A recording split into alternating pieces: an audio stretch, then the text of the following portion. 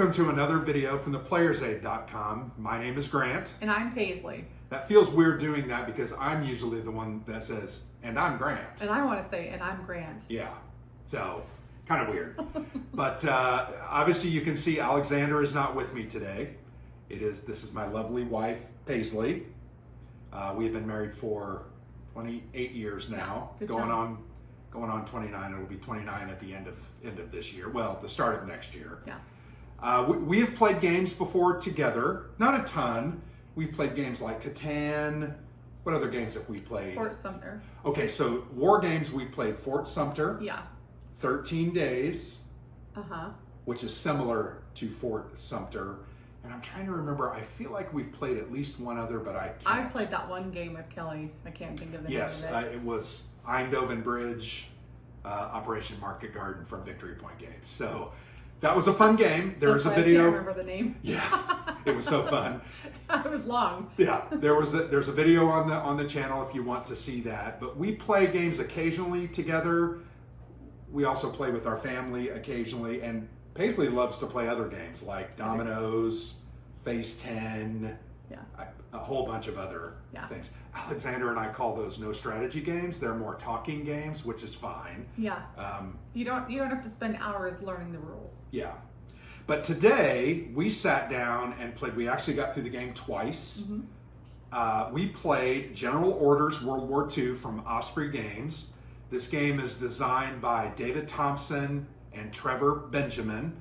And these are the two guys that have designed the Undaunted series. It's a series of World War II tactical games that use a lot of these mechanics just in a different way and method. But they're a design team that have done many, many games together.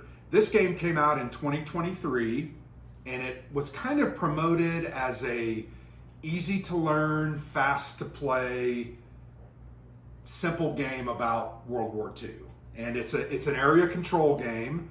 So the players are struggling, and we are generic sides, right? I was navy blue, and you were yellow, the color of cowardice.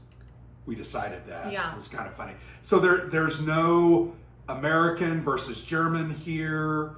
There is a flip side to the board. Now, we didn't play that. We didn't. I didn't even know. It's the Pacific. Oh. And it adds airplanes to the game, but we did not go into that depth. I actually accomplished what we wanted to accomplish here, and had a good and fun time. So that's why we're ready to and we'll probably play this again, but I also want to play some other games with her as well. But anyway, this was advertised as a quick playing, easy to learn area control game. I'm going to ask Paisley what she thought about, did they accomplish those couple of goals in this design? Fast playing, fairly simple rules. Okay, I would say the fast playing, yes. I don't think it took us more than 45 minutes the first time, and that was the first time through. So the second time was much shorter. Yeah.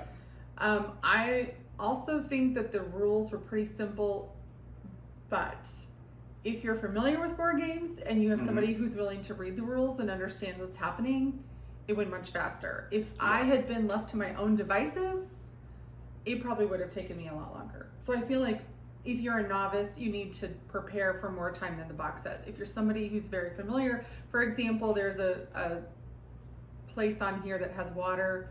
Grant says we can't put anything in there, and I'm like, but why? And he said that's just something you know if you play games. If there's water on the space, you can't.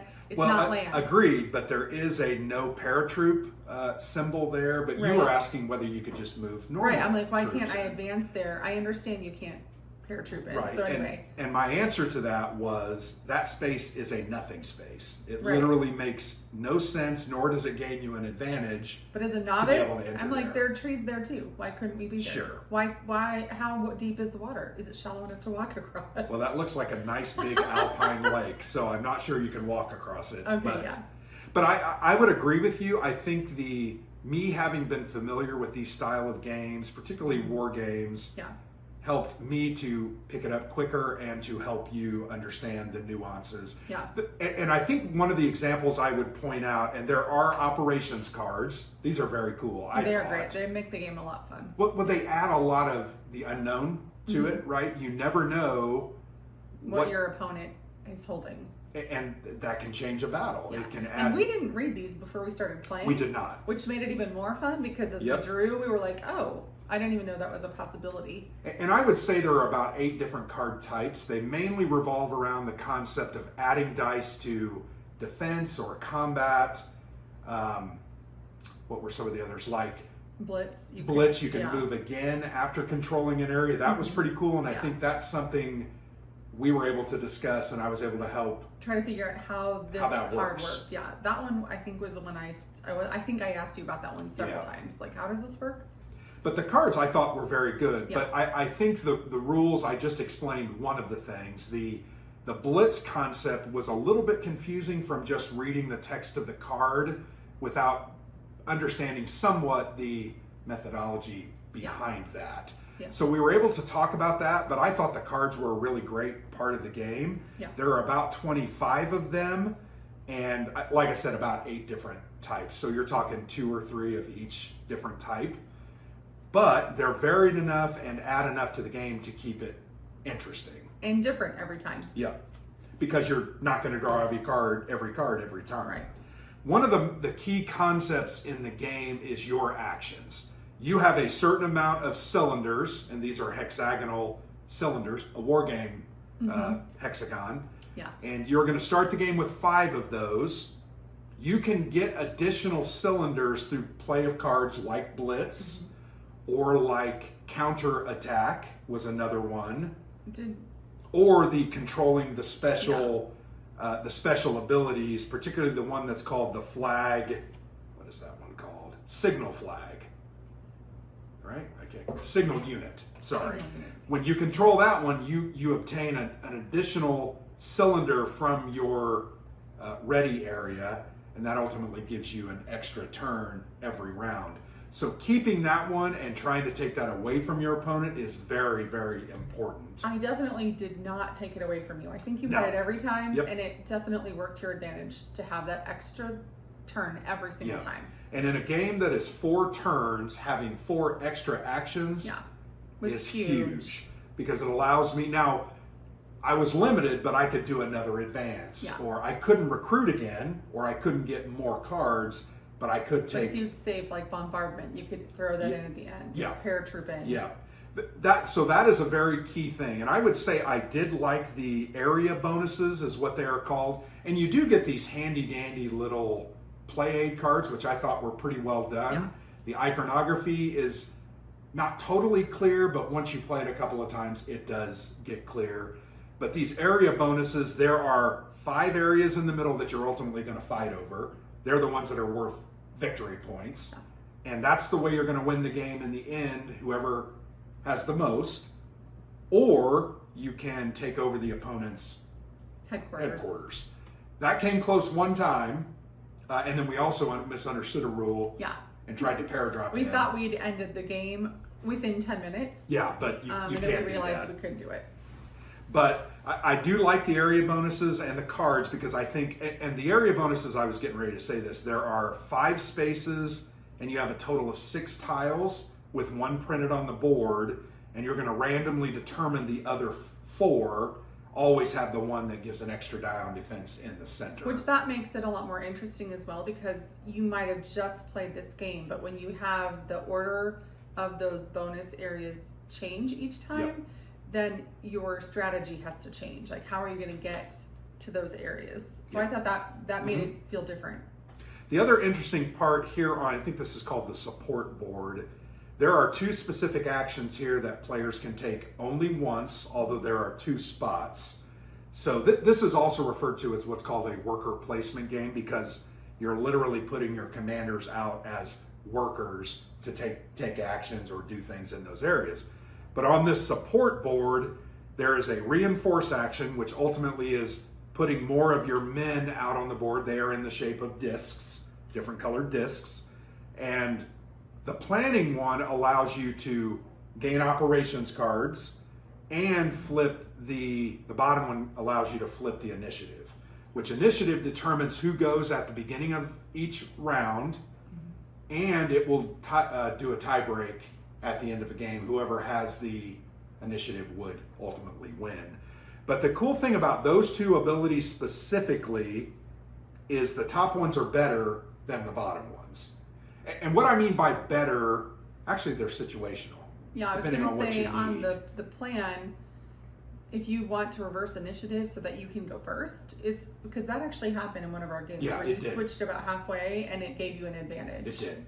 Because I ended a turn and then I had switched it and I immediately got to go again. So I think I took an area that I had softened up. So it was, but you're right. So the plan action, which allows you to draw 2 cards at the top of the top action space, or 1 card and flip the initiative.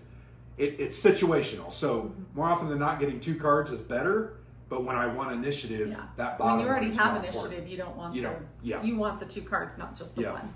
And then the other one is the top one allows you to do 6 guys. The bottom one allows for 5. Yeah. So there is some competition to try to go for those and get the better benefit. I noticed in our last game, we didn't even do any of the plan. Neither one of us we didn't take the plans at all. Well, we did because we had cards. We did not do it during the last couple of turns. That's what I'm saying. During the last round, we didn't even place them. Because it was time to let the rubber meet the road. And listen, I probably could have used some plan cards. Yeah, absolutely. But you were running out of time, and the way the game works, you can't go into an area where someone's already put a cylinder unless you have a card. Yeah. So, to me, the very cool part about this game is there's some tactical elements that really make sense strategically about what spaces you take, when you take them, how you take them, and how you move your people around as well. And it was interesting to see you kind of pick up those aspects, whereas I think initially I caught on to those a little quicker because we play games like this. And I don't. Way more often. You're not trying to jump in there and take an area in phase 10. Right. You're trying to take a trick. But I think overall, I really enjoyed the game. Yeah, it was fun. I had a good time playing it with you. It was interesting. It's light enough that it wasn't a brain burner. Was I competitive enough, though? Yes, you were.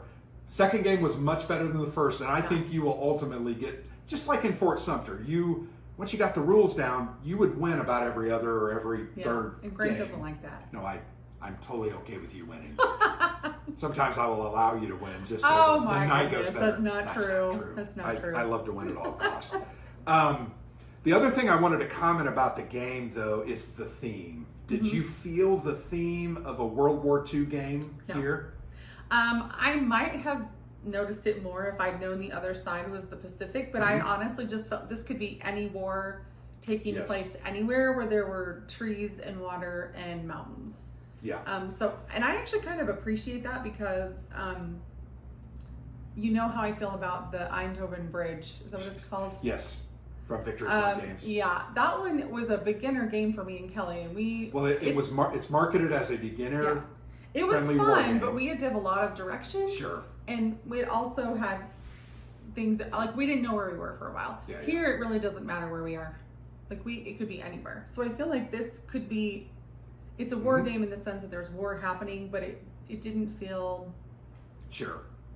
Well, I did not get a World War II feel necessarily, but I did get a war game and a tactical for sure feel. That to me came through very clearly and was pretty neat.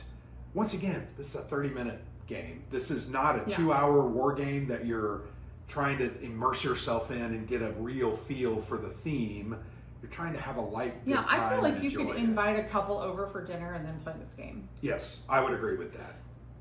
Yeah, I think one of my only suggestions is maybe not yellow, because I did feel like the coward playing the whole time. Sure. I did get that for the war theme. I was like, yellow? I don't want to. I said, is that my only choice? Because Grant had already chosen blue. He said, oh, do you want to be blue? And I was like, no, that's fine. Those are the only 2 choices. I think I just grabbed blue because it was closer. But I will tell you that multiple times you felt like I had a lot more yellow players on the board compared to you, even though you'd only have 2 less. Something about the yellow made it look like I was dominating the board. So I did like that. I would agree with that. It was, but I think they have used these colors because they're probably, they didn't use red or green. Yeah. Which colorblind isn't affected by. Well, that's a good point. So to me, these are they're contrasting enough that the pieces look very different, and when you're in the same space, you can tell For sure. who's got what.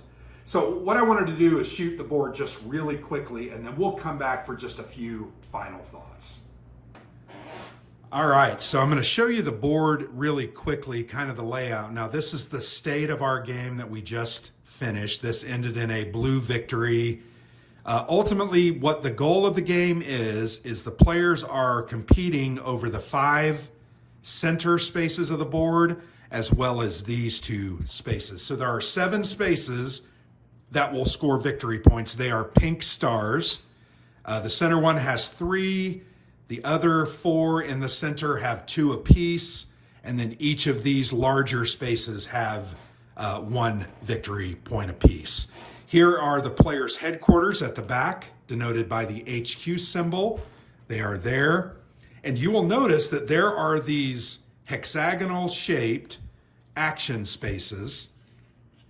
Each of the players starts the game with 5 hexagonal cylinders, and these are considered your commanders, aka your workers. And you are going to place them on either the support board, shown here, and I'm going to go ahead and show you this close-up. Either the support board to take these 2 actions. Reinforce is simply putting out additional guys on the board, and plan is taking operations cards. And you will notice that the top space is a little bit better than the bottom space. In the reinforce, the top you get 6. In the bottom you get just 5. So there is somewhat of a competition over these 2 spaces to who goes there first, because you can only take one of each of these actions, either the top or the bottom. So you can't put 2 of your spaces there and lock your competitor out. On this side, the planning, you're going to draw operations cards, 2 at the top, 1 at the bottom, but at the bottom you're going to switch the initiative marker, and here is the initiative marker. When yellow is up, yellow has the initiative and goes first during a turn, and blue has initiative when blue is up. But placing the workers on these spots, as well as directly into various spots on the board, there is a barrage spot here, and it is this outmost hex. It has a space shaped like a hexagonal cylinder and has an artillery symbol in there. And then in everybody's headquarters, you have a paradrop symbol. So if I'm trying to do a paradrop, I would put my paradrop symbol in there.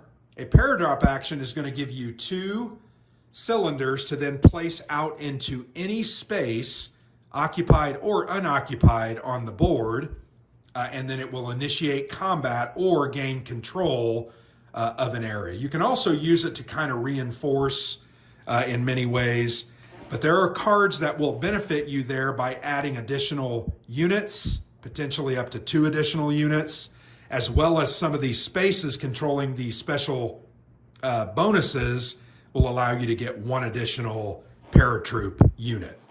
So when I'm going to paratroop, I'm going to take my 2 guys, and I'm just going to assume we're going to get 2. And I'm going to go ahead and paradrop into this area, which is controlled by the yellow player. Now you will notice there is a cylinder of the yellow player in there, which means I cannot advance in there on the ground and do ground combat unless I have a card like a blitz or a counterattack. So the counterattack says you may deploy a commander into an advanced action space occupied by your opponent's commander this turn. And blitz is going to allow you, once you've went into a space and controlled it, you can then put an action cylinder from the supply into an adjacent space, move into it, and continue your attack. But a paradrop, the action space is here, so I'm going to drop in there. So what's going to happen is you always, on a paradrop or on a land attack into a territory that you control, the defending player is going to roll one of these 6-sided dice. There are 4 symbols that have 1 explosion, and then there are one side that has 2 of those explosions, which means 2 hits or 1 hit, and then there is a blank side, which means a miss. So I'm paradropping in. The yellow player is going to roll a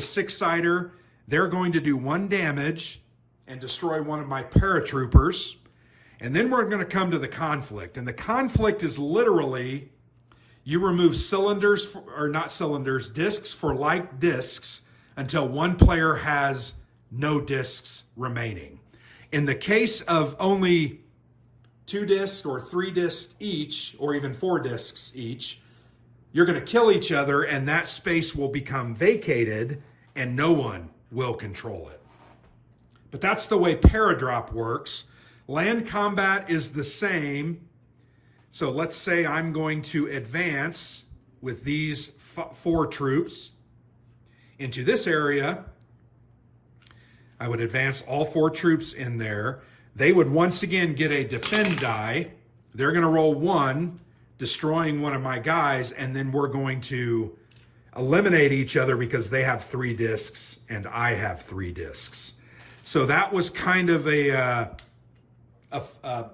cluster there, right? So I lost all my guys, but I did clean out the enemy's troops, so now they're going to have to rebuild in order to threaten. Now, one mistake I made, you can never leave a space that you controlled before. You can't move a guy out. You have to have one guy at least retaining control. So I would have only been able to move 2 guys in there. The yellow player then would have controlled it and my attack would have failed even more. So that's kind of the way those actions work. The game is not overly complex nor complicated, but as you can see, it does have enough tactical decisions to keep the game interesting and entertaining. We also talked earlier about the cards. There are several different types of cards. Here's an ambush. You will roll 2 additional dice during the defense step of a land conflict when your opponent initiated by taking an advance action into your space. Airborne assault, I'm going to add 2 troops from my reserve to the target area. The target area is where I'm dropping. Mobilize, you're going to take in place up to 2 additional troops from my reserve into land areas I control and supply when taking the reinforce action. So there's all different types. There's artillery bombardments, ground assaults, counterattacks, mobilizations. I really like the way the cards work. One other key concept in the game is the concept of supply. So supply is a contiguous area of your controlled spaces all the way back to your headquarters. So these 2 hexes form one space. They're the odd oblong spaces. There are 4 of those, 5, 6 of those on the board. 2 here, 2 here, and 2 here. One unit controls both of those spaces. So in order for these guys to be in supply, I have to have a unit here. If I don't have a unit there, both of these spaces now are considered out of supply. There is no attritional rules, but it means I can't take those actions nor gain those bonus benefits from control of those areas. So maintaining that is key to the game. Understanding that concept will keep you in the game, but also understanding you've only got 5, maybe 6 cylinders because there is a flag unit that's going to give somebody an extra cylinder every round. You've only got a certain amount of actions and you can only reinforce 1 time. You're going to get 5 or 6 units, plus there's a special benefit that will give you a couple of more, but you're only going to be able to put out units 1 time during the game. Sometimes cards allow you to put 1 in when you move or move into, but you've got to plan your attacks out. You've got to have some goals and objectives and strategically decide, okay, I want to control this one first, then this one, and then put pressure on this one to make sure that the enemy is defending that. So that's the way the game works tactically. Very simple worker placement, uses cards, very good rules. The rule book is very small. It has about, I'm trying to think how many pages, 23 pages. The final page is a full example of play for a turn. But they're written very well. I think they're very clear. And these were not hard to pick up. To make matters even better, they do have a very good play aid on a card. So you here have the area bonuses that I mentioned, and then here is the structure of the round. Deploy, recall, and advance, and then here's the different icons of the actions that you can take. So a very cool game, well done, well designed. I think it's a very interesting experience, made for 2 players and plays in about 30 minutes. So we'll go ahead and wrap the video up with some final thoughts. Well, that was a look at the board and some of the general mechanics. But once again, did you have a good time? I had a great time. I would play again. And that's all that I think this game was setting out to do, was to create an enjoyable, fun, light playing area control worker placement board game. Yeah. And I think they did a good job. It also comes in this very tiny box, Which right? is really nice. So a lot of this, there's a lot in this box for what it is. And I think for my shelves, I'm like, hey, I Yeah, get it's not a lot to store. Yeah. A lot of fun packed in a tiny package. And it's nice, it's sturdy, the components are really well done. I also really like that there's an alternate side of the board, and I'm sad that we didn't play it. Maybe we will play Yeah, it. we'll have to maybe try. But it came with little airplanes. Oh, very fun. So you can do some air combat. Are there yellow or? Yep, there are. Okay, I was So gonna say. Notice he only got out the yellow. It's the and it's the Pacific Theater. So Okay. Are there different action cards? no, you do add. I think there's 6 or 8 additional action cards that do get added in. Okay. The ones that have the airplanes. airplanes and the island token Oh, on nice. them. So yeah, but they're mainly revolving around the planes. Yeah. But very cool little plane models. I think the production's really great on this. This was like one of those games that you're going to pay 25 to 30 bucks for, but it's a good production, plays well. I feel like that's a good price for a yeah, game. plays fast, and the rules were pretty good and understandable. So I would play this in a heartbeat with her again. I would play it with anybody. I think our daughters our kids could play this game. would love for that. Sure. And you don't have to be into war games to play this Correct. at all. So that has been our thoughts on General Orders World War II. I've been Grant. And I'm Paisley. For the Player's Aid.